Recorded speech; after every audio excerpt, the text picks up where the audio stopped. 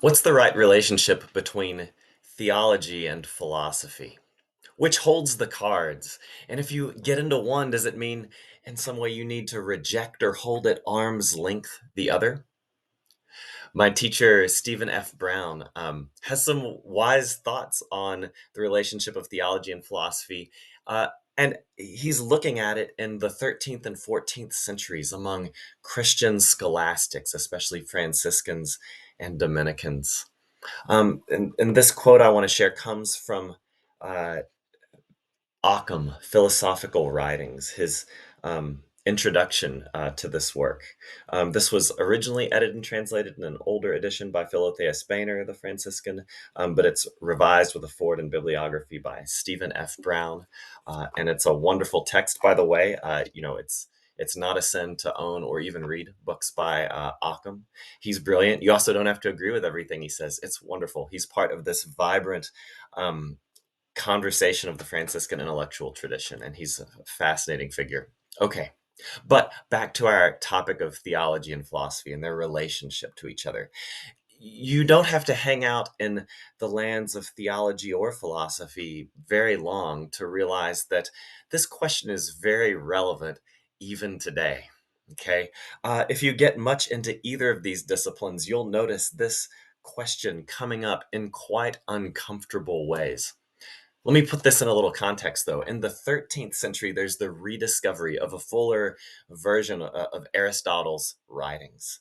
And so there were inclinations in the 13th and 14th centuries either to give too much authority to Aristotle and so philosophy, or too little or almost none at all.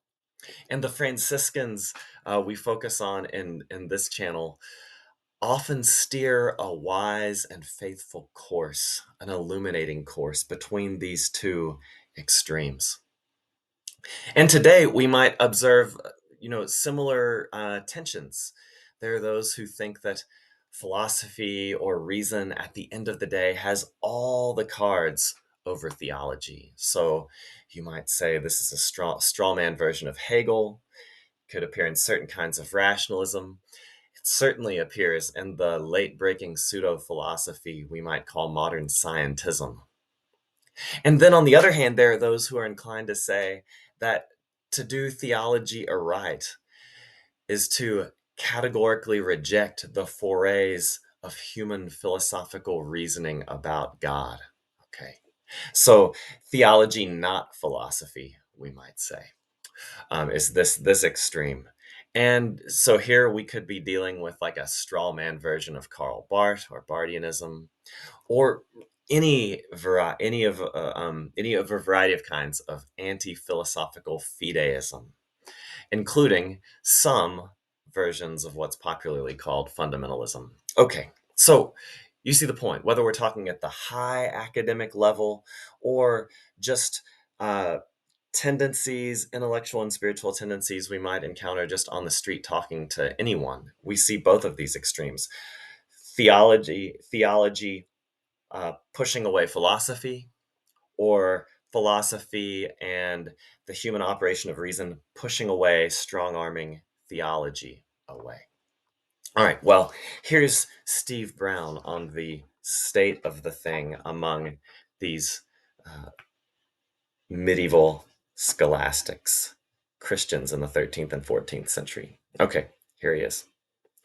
The Cursus Philosophicus in several ponderous tomes is a characteristic product of 16th and 17th century scholasticism, but no scholastic philosopher of the 13th or the 14th century has handed down to us anything like that.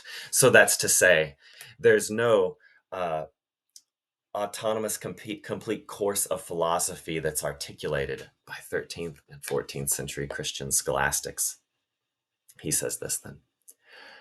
The scholastics of the 13th and 14th centuries were theologians essentially, philosophers only incidentally. Their reasoning was a concentrated effort to penetrate the mysteries of the Christian faith. Their philosophy was the handmaid of theology. Nonetheless, it is a striking historical fact that these great theologians were equally great as philosophers. Being theologians, they did not care to start by developing a complete philosophy. Rather, they developed their theology and philosophy in organic integration. I love that.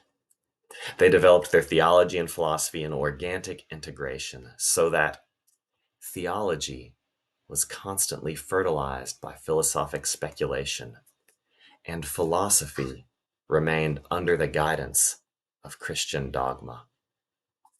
It was due to this organic unity of medieval speculation that little need was felt for composing a complete philosophical summa, a complete philosophical course or system. It is in the theological writings that the best scholastic philosophy is hidden. All right, there's Stephen F. Brown. There's a lot to be said for this approach today. There's a lot to be said for learning from the great scholastics who practiced this approach, from learning from them today. Let me just lift out a few aspects of what Brown has shared with us that I think are really wonderful.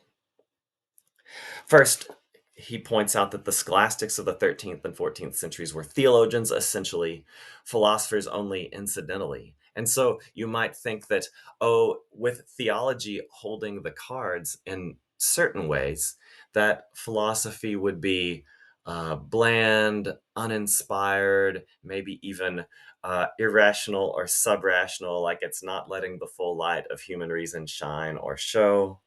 Um, but not the case. It doesn't go that way, perhaps surprisingly. You know, the priority of theology results in great philosophy among the 13th and 14th century Christian scholastics. Brown repeatedly emphasizes in a couple ways the sort of integration, and this is my second point. He talks about they developed their theology and philosophy in organic integration, and later he calls it an organic unity, right? Um, I love this. So there's this sense that they are, under the light of theology being primary, brought together. Um, he says that in this arrangement, this is my third point, theology was constantly fertilized by philosophic speculation,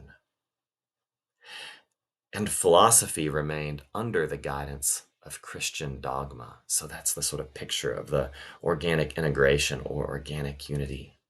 Theology is being fertilized by philosophic speculation. So the most searching and probing and fundamental kind of questions engaged at the level of philosophy fertilize and enrich theological thinking, theological insight, right? He says, um, the philosophy is the handmaid of theology, and they are reasoning in a concentrated effort to penetrate the mysteries of the Christian faith, right? So the philosophies helping that, fertilizing that.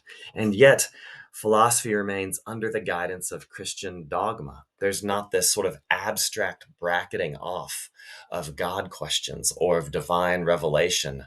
Um, Rather, the imperative of Christ, the imperative of the Christian faith, the imperative of God's incarnate love revealed in Jesus Christ. These orient the vision and the pursuit for the light of human reason.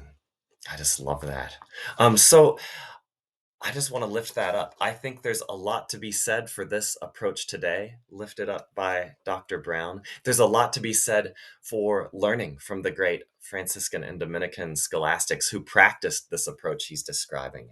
There's a lot to be said for learning from and seeking to practice theology that's doing theology under the light of divine revelation in a Christological and Christocentric and so Trinitarian key, and yet one that just as such brings all the riches of human reason and philosophy to bear in fearless ways. It asks fearless questions, right? Does God exist? To go to Occam, certainly fearless. Do universals exist? Right? It can ask bold questions, confident that anything true ultimately conforms to Christ, who is the incarnate wisdom of God, the very logos of God. As St. Paul says in 1 Corinthians, Christ the power of God and Christ the wisdom of God. All right. So uh, that's what I wanted to share. Peace to you.